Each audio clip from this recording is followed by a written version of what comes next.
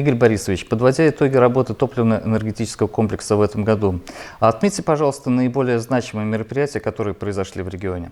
Это, безусловно, исполнение поручения президента по переводу объектов энергетики на газ.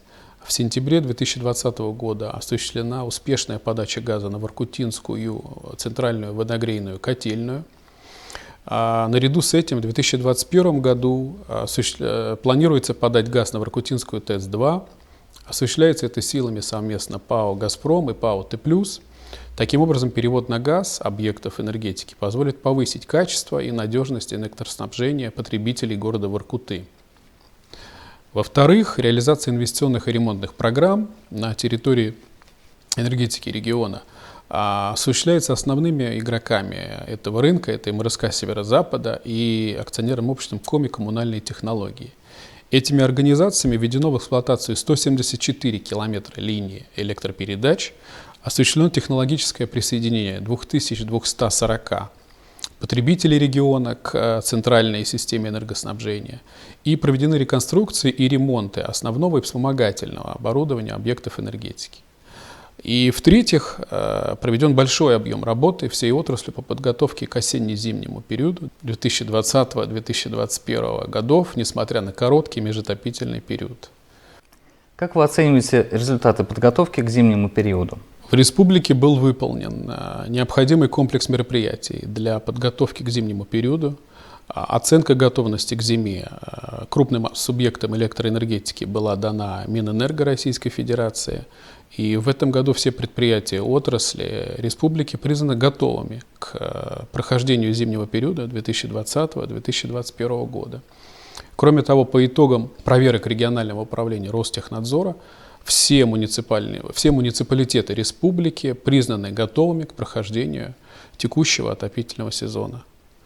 Если говорить о газификации региона, каковы наши основные планы?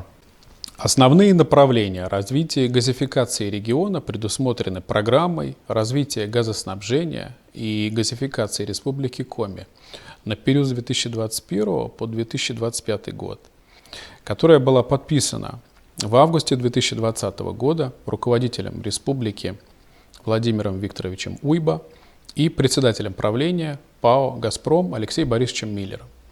Согласно программе, инвестиции «Газпрома» запланированы в объеме около 17,5 миллиардов рублей.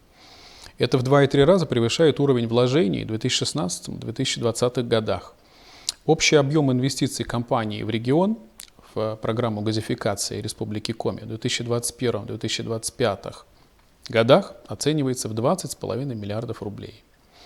В частности, «Газпром» направит средства на строительство в регионе 18 межпоселковых газопроводов протяженностью 323 километра, сооружений и реконструкции почти 113 километров газопроводов-отводов, 7 газораспределительных станций, а также объектов газоснабжения Сыктывкарского промышленного узла.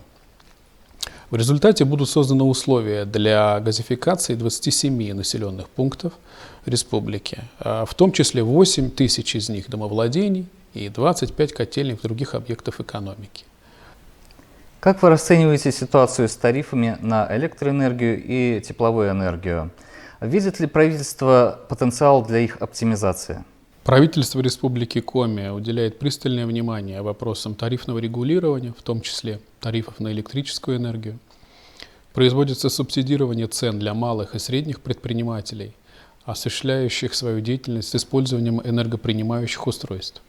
Произведена работа по снижению затрат на создание резервов по сомнительным долгам и расчетной предпринимательской прибыли государственных предприятий в сфере энергетики в составе тарифного снижения затрат ФСК и ЕС, исходя из фактически складывающихся объемов. В тарифе применяются минимально возможные коэффициенты 0,7 для групп потребителей, соответствующих установленным критериям. В частности, это имеющие электроплиты, электрокотлы, сельские населенные пункты, садоводческие и огороднические товарищества. Проводится работа совместная с ФАС России по установлению минимальной величины тарифов. Хочу отметить, что тарифы в Республике Коми не являются самыми высокими по стране. Какие основные задачи вы ставите перед отраслью энергетики на следующий год? надежное и безаварийное энергоснабжение потребителей региона, в том числе в ходе прохождения текущего осенне-зимнего периода, реализация в полном объеме всех утвержденных программ, инвестиционных, ремонтных, предприятий энергетики с целью развития этой отрасли и повышения эффективности ее функционирования на благо жителей региона. Пользуясь случаем, хочу поздравить всех с Днем энергетика, всех, кто трудится на благо нашей энергосистемы, сохраняет эту систему стабильной, надежной и тем самым позволяет нам осуществлять свою деятельность. Также поздравляю всех с наступающим Новым годом и желаю нам успехов в будущем Новом году.